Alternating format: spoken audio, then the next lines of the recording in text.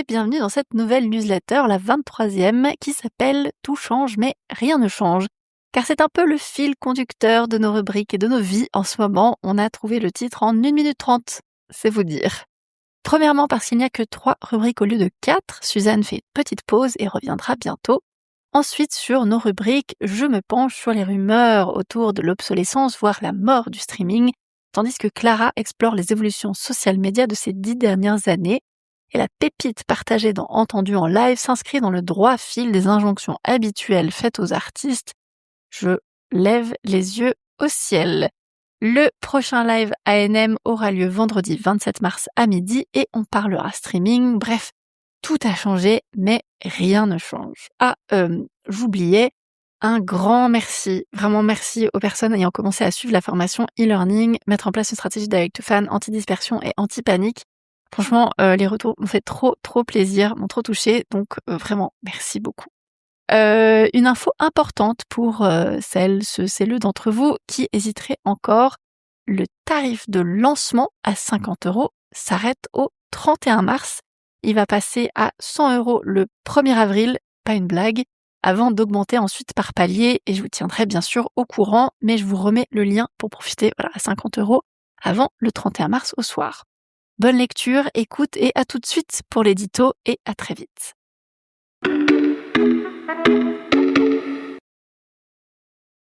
C'est encore Émilie et cet édito s'appelle « Le streaming se meurt ?» Même pas mal. Car j'ai récemment lu un article qui a fait grand bruit dans les cercles pro-anglophones de la musique. The Death of Spotify, Why Streaming is Minutes Away from Being Obsolete de Joel Gouveia. Alors selon Jamie Iovine, l'idole de l'auteur, le streaming serait sur le point de devenir obsolète, et ce parce que les acteurs de la musique ne contrôlent plus toute la chaîne de valeur, la distribution ni l'accès aux fans tout particulièrement.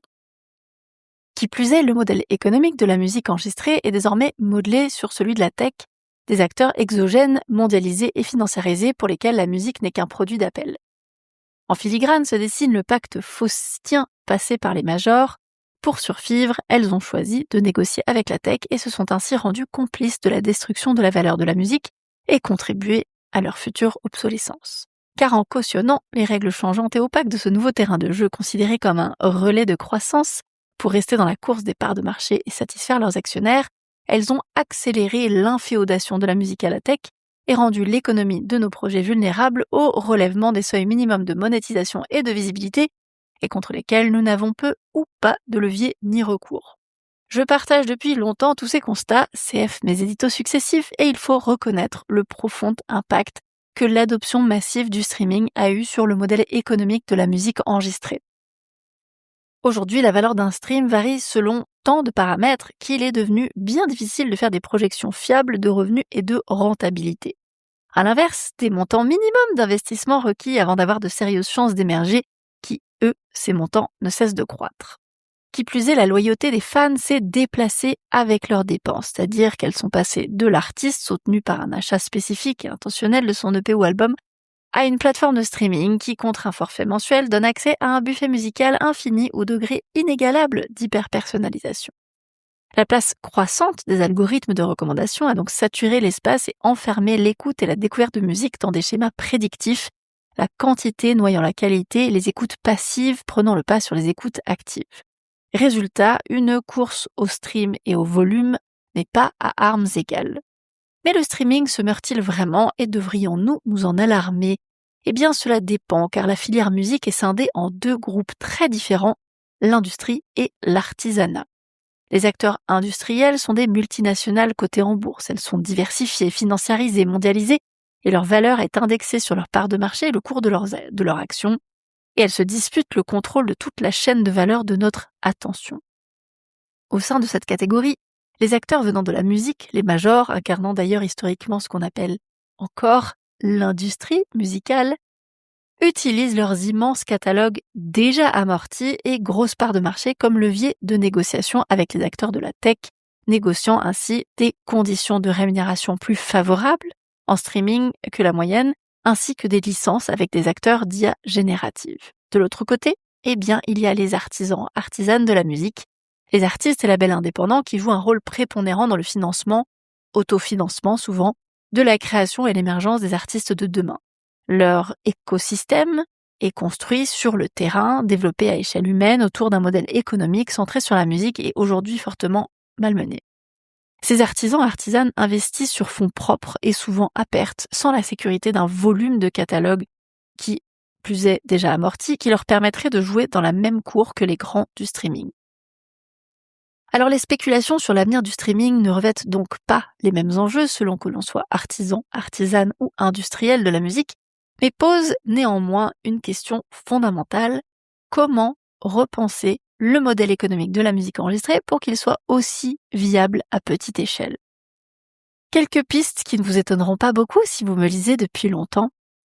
C'est parti. Donc, première recommandation, ne pas mettre tous ses œufs dans le même panier. Ce n'est jamais une bonne idée, quel que soit son domaine, et ce proverbe ne date ni d'hier ni ne vient de nulle part.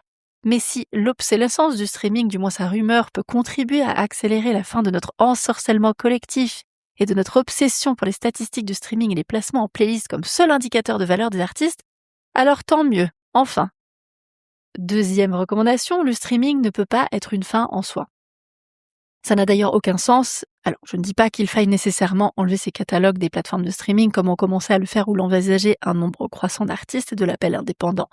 Je recommande plutôt de réfléchir à la place du streaming, plateforme par plateforme, dans sa stratégie numérique et son développement de projets. On parle beaucoup de Spotify du fait de sa position dominante, mais il y a des plateformes qui font beaucoup de choses pour distinguer la création humaine de la création générative et de mieux valoriser les artistes et leurs catalogues comme Cobos, Deezer, Apple Music, etc. Et coupler le streaming à d'autres modes d'écoute, d'achat et de soutien aux artistes et labels ne peut que diluer la dangereuse dépendance à une source unique de revenus, comme je l'évoquais juste avant. Troisième recommandation, arrêtez de vouloir se comparer à plus gros que soi.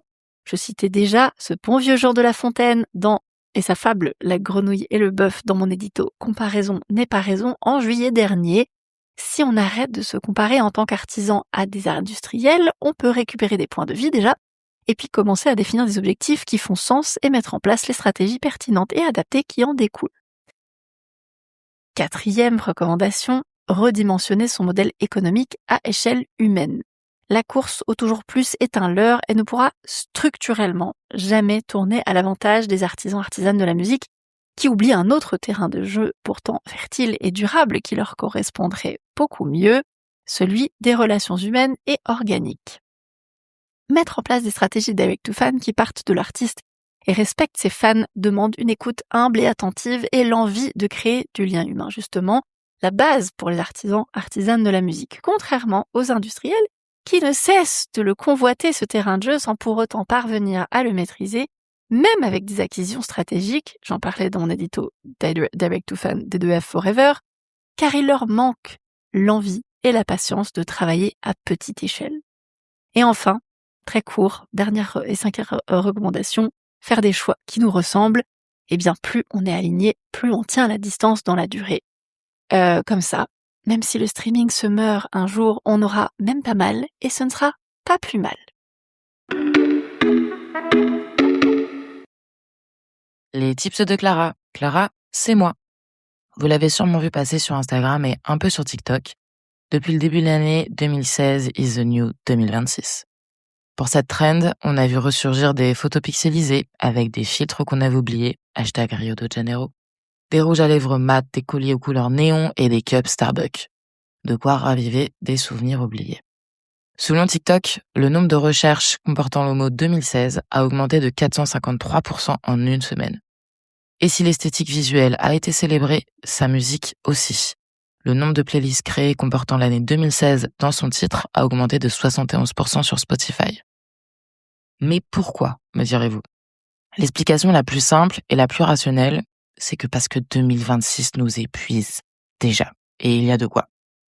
Dina Sultan, trend forecaster et designer chez Pecklers, décrypte l'ambiance de l'époque pour le magazine Harper's Bazaar France et explique que côté mode, je cite, « C'était une époque où on ne savait pas trop où on allait, mais qui a posé mine de rien toutes les bases des 10 années qui ont suivi. » Je pense que cette citation ne vaut pas que pour la mode. On se rappelle qu'en 2016, c'était aussi la première élection de Donald Trump. Et côté Internet alors. En 2016, Instagram avait encore son ancien logo, et on ne pouvait y poster que des photos carrées avec de très courtes légendes, des filtres poussés au max et beaucoup de hashtags. Les stories n'existaient pas, et encore moins les reels. On était d'ailleurs limité à des très courtes vidéos de 60 secondes. À l'époque, d'ailleurs, Instagram commençait tout juste à être une application intéressante au niveau business, avec seulement 600 millions d'utilisateurs dans le monde. En formation pour New Agency, on en parlait comme d'une application chouette à investir, mais uniquement si vous aviez déjà Facebook et Twitter de bien installés. Aujourd'hui, on compte plus de 2,5 milliards d'utilisateurs et Instagram est devenu absolument incontournable dans le système de communication numérique des artistes. Facebook était donc le réseau social absolument central, avec 1,86 milliard d'utilisateurs par mois dans le monde. En France, 76% des 15-24 ans, les plus jeunes, avaient un compte sur ce réseau, contre seulement 18% sur Instagram. Chez New Agency, on donnait même 2 jours de formation intitulée Facebook de A à Z. Vous l'imagineriez aujourd'hui? En 2016, les fils d'actualité de Facebook et Instagram étaient encore antéchronologiques. C'est en 2017 que Meta, qui ne s'appelait pas encore Meta, a introduit un algorithme de recommandation dans son feed et a fait chuter drastiquement la portée des pages Facebook. Depuis, il y a un peu d'écho quand on prend la parole sur ce réseau au milieu des événements divers et variés, de contenus boostés à l'IA et de pubs sponsorisées improbables. En 2016, TikTok n'existait pas. C'était les dernières heures de Vine, cette application qui permettait de faire des vidéos de 6 secondes maximum. L'application qui cartonnait chez les jeunes à l'époque, c'était Snapchat, avec ses stories éphémères, ses filtres chiants et arc-en-ciel. Le réseau comptabilisait 100 millions d'utilisateurs et a même été l'application la plus téléchargée de l'année. Snapchat, c'était aussi les Bitmoji qu'on retrouve sur Instagram aujourd'hui et les Spectacles, des lunettes connectées équipées de mini-caméras. Ça ne vous rappelle pas les Meta Ray-Ban, les lunettes connectées de Meta aujourd'hui? Et comment ne pas parler de Twitter en 2016, quand le réseau s'appelait encore Twitter et n'était pas encore détenu par Elon Musk. On y postait des messages de 140 caractères, espace compris, dont la majorité était encore envoyée par SMS. Parce qu'à l'époque, les données mobiles, ça coûtait encore très cher. On donnait aussi une formation Twitter de A à Z en 14 heures chez New Agency, où on expliquait à des salles et ou des institutions ce qu'était un tweet. À l'époque, le réseau comptait 310 millions d'utilisateurs actifs par mois. Aujourd'hui, X en dénombre seulement 209 millions. Enfin, en vrac, en 2016, c'était aussi l'avènement de Periscope, cette application reliée à Twitter qui permettait de faire du live stream depuis n'importe où dans le monde. Et on trouvait ça révolutionnaire. Tumblr existait encore et était parfait pour créer des sites internet pas chers. RIP, le premier site d'Unico Music, parti trop vite. On me demandait encore de créer des stratégies de contenu pour Feu Google+, la dernière tentative de réseau social de Google. Ne me demandez pas comment ça marchait, je ne m'en souviens pas. Viadeo était placé en redressement judiciaire, tandis que son concurrent américain LinkedIn commençait vraiment à devenir intéressant avec 100 millions de membres. Il y en a 9 fois plus aujourd'hui. Spotify lançait, et c'était le summum de l'innovation, les rewinds de l'année, alors que la musique était encore beaucoup téléchargée illégalement et que YouTube restait quand même le premier endroit de découverte musicale. Et enfin, en 2016, c'était aussi la sortie de la première édition du livre écrit par Emily, l'artiste, le numérique et la musique, sorti à l'époque, avec l'IRMA. Avait-elle pensé que ça deviendrait 10 ans plus tard une newsletter et une communauté? Pour conclure, ce tips n'a pas pour objectif de nous rendre nostalgiques et encore moins mélancoliques.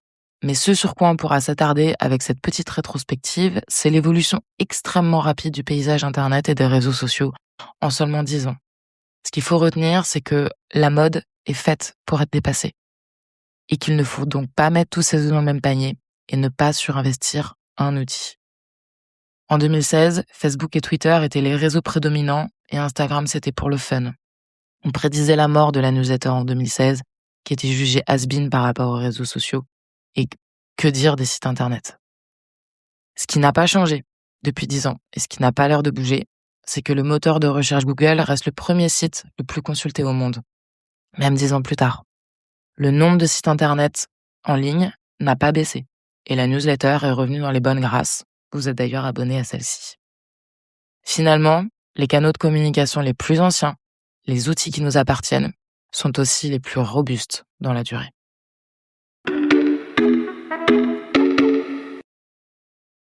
Entendu en live.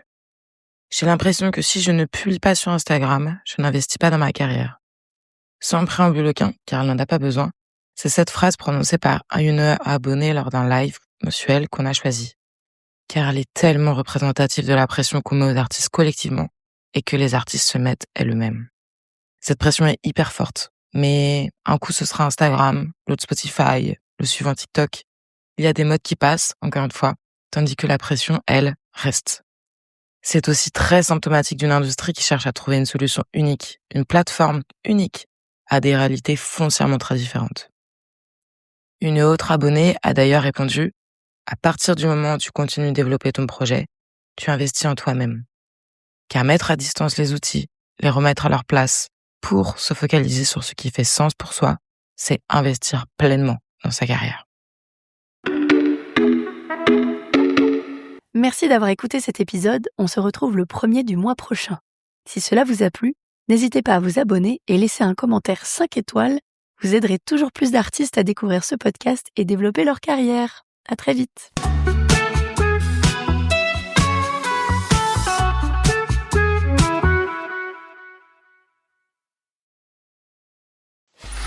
Free audio post-production by alphonic.com.